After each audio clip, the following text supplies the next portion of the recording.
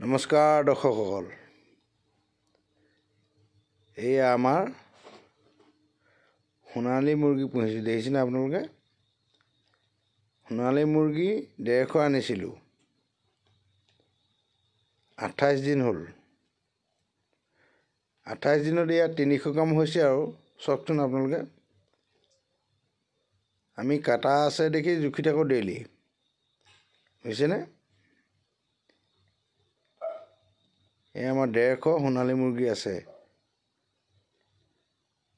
এয়া চাওক কেনেকৈ দানা খাইছে, এইফালে পানী দিয়া আছে। এয়া চাওক দানা খাই আছে। 150 মুৰ্গী আনিছিলোঁ।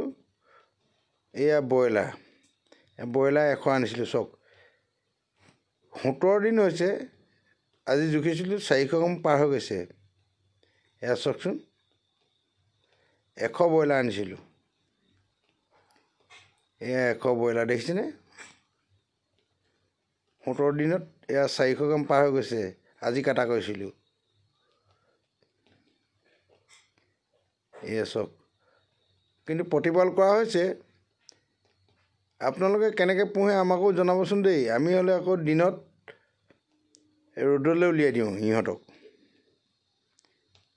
ৰ'দলৈ উলিয়াই দিওঁ আৰু গধূলি ভিতৰলৈ ভৰাওঁ। এয়া চাওক মন ফূৰ্তিকৈ আছে, কিন্তু 400 গ্ৰাম হ'ল। ধন্যবাদ।